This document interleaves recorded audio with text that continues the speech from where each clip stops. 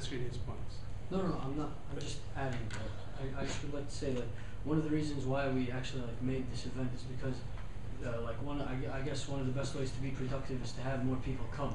So we actually did this because we wanted to hear what people have to say. You know, what is it that's bothering you about the MSA #1, or what is it that pulls you away from it? You know, so that we can know, so that we can try to get more people. Because the more people we have, the more manpower, the more resources. Then we make more successful events. Then we can get credits, like he said. Push up. That's why we're really motivated now to work hard. Yes. We have the hard work component, inshallah, and we have a good president, mashallah, and he's willing to put the effort. But what we need right now is we just need people to our #1 component in terms of becoming productive is getting more people to come. So that's why we did this. We want to know what is it that's pulling you away from To respond to that, Yeah. I think what you did right here, you guys got creative for this. 10 things I don't like or 10 things I hate about MSA. No. That attracted me. Yes. You get what I'm saying? Mm-hmm. We actually got creative, and alhamdulillah, we got a turnout here. Alhamdulillah. I think if we get creative, get people interested, you get what I'm saying? Sure. You know. Yeah, I really like the idea. Though preparing for a topic like this one is not easy, trust me. Like you have to talk about a zillion and a half things. You are not focused on one point. Inshallah, the message was clear and it was, I made sense out of the points. Just to talk about the experience of people at NJIT.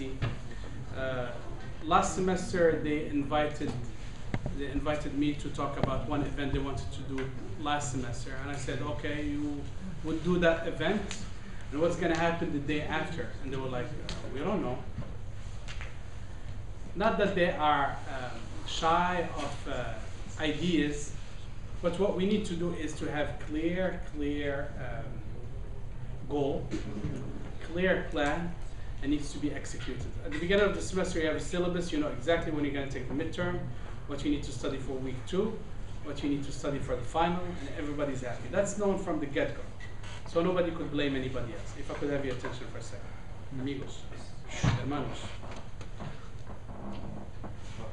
So I would suggest, and I did mention it to some of the brothers and sisters as well from the MSA, is for you to sit down, brainstorm, see what you can do innovatively, and then move on.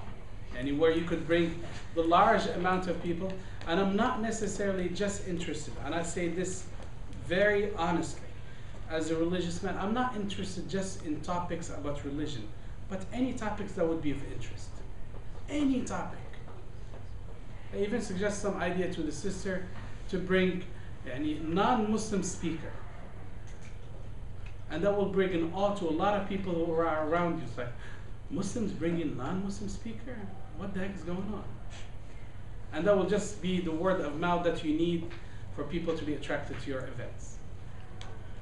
And there are and I have no doubt in my mind that the ideas within your brains far exceeds the ideas that could even dream of. And it just bring them out. Don't be shy. And I suggest for the leadership of the MSA to be good listeners. Everybody has a place at the table, and everybody can contribute positively to this. The brother who had his hand. No. Who's Hassan? Hassan after. There's Akeem and Hassan. I was just going to say that I know some people who are Muslim who are almost afraid of being Muslim. Like they don't even want to. They're afraid. I mean, they're ashamed of their identity. Right.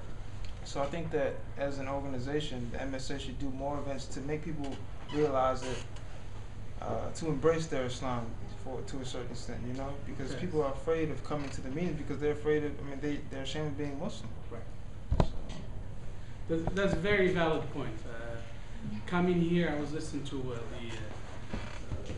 what's called KSM trial, Khalid Sheikh Mohammed trial that was going to be in downtown Manhattan. And some survivor from 9/11 said, you know, I feel bad for the people who are of the Muslim religion. If the trial were to be held here, there will be a lot of backlash around them or against them. And I totally agree. We should help our brothers and sisters who are feeling behind the 8 ball as far as that is concerned. We should assist them in feeling there is nothing to be ashamed of. What we preach, What we practice has nothing to do with violence. We condemn it to the 10th degree, and we oppose terrorism whether it's done by a person, community, nation, or the world. We oppose it no matter who is doing it. Jazakallah. Very valid point. يعني Haj Hassan, Ahmed, Afwan, Ahmed. It was actually something similar to said, but to add on to what Speak my up, brother I said, can't hear you. I'm sorry.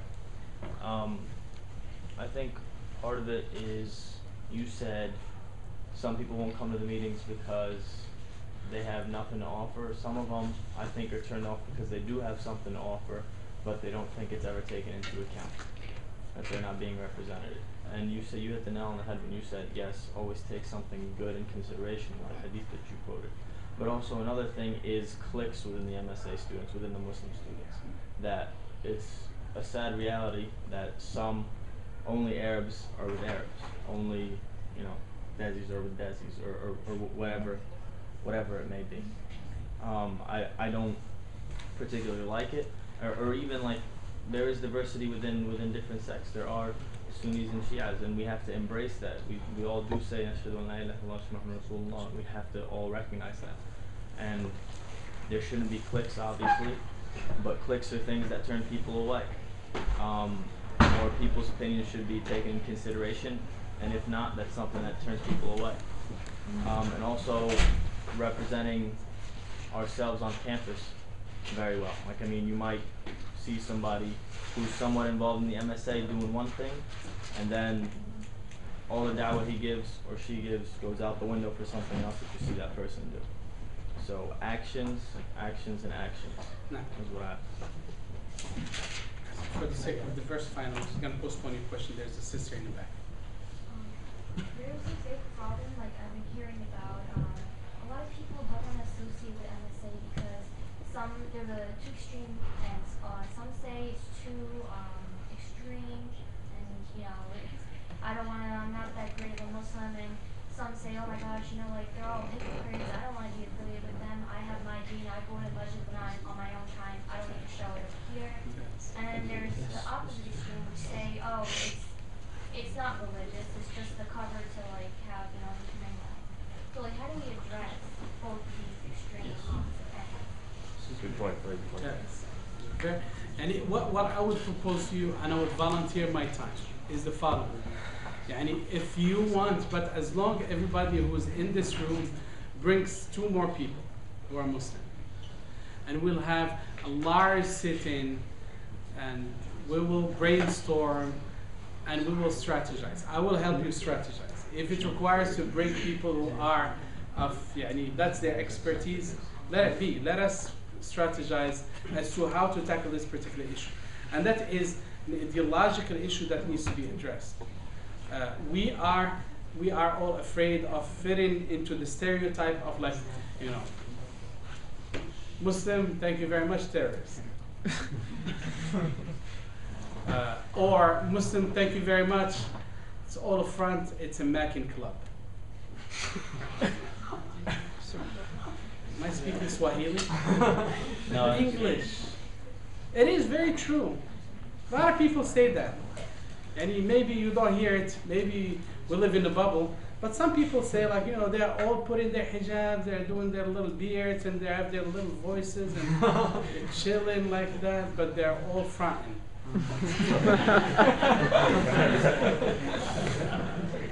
But endless, and I think what Ahmed mentioned, and I speak from as a reaction to